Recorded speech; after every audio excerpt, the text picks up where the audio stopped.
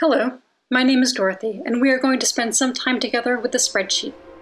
A spreadsheet of all Agatha Christie's 58 murder mystery novels and the primary murder motivating each one, and who did it, and who exactly that person is. So now if you should ever wake up and find yourself inside one of these novels, this is who to look out for. Men. Women achieved parity briefly in the 50s, but 59% of the murders are committed by men. Young men, though the older people do get more dangerous as time goes on. The murderer is most often a doctor, dentist, or other healthcare professional, though businessmen, actors, secretaries, and servants are also well represented. And family members other than spouses just nudge out murderers who have a work relationship with their victims for the top spot.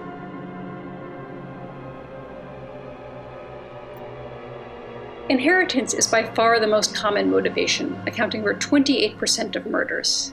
The least common is to destroy the existing social order and rule as a dictator.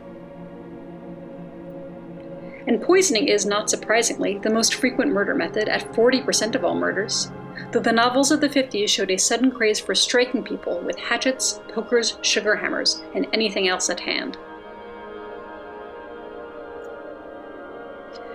Now we can start to look at who's been committing what type of murder.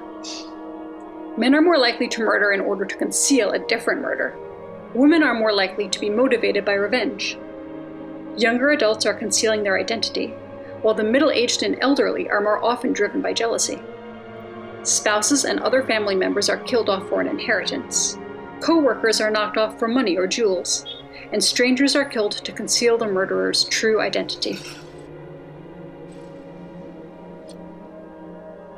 Everyone poisons. Everyone. But women, children, and the elderly shoot far more often than their counterparts. Young and middle-aged adulthood, those are your prime strangling and stabbing years. And who are we strangling? Lovers, mostly. And we're shooting our co-workers, and our acquaintances are being poisoned by us. And why are we poisoning and stabbing? Revenge. We're striking people with an object for money or jewels. We're shooting people to conceal something. We're strangling out of jealousy. So now, taking all these factors together, who should you be looking out for if you wake up in that mystery novel? Who is most likely to be your murderer? Well, they're going to be male, and they're going to be in their 20s or 30s. Look carefully at your parents, children, siblings, and cousins, because it's most likely a family member. And they will poison you to collect their inheritance. So you might want to put down your drink, especially if it was handed to you by a young male relative, just to be on the safe side.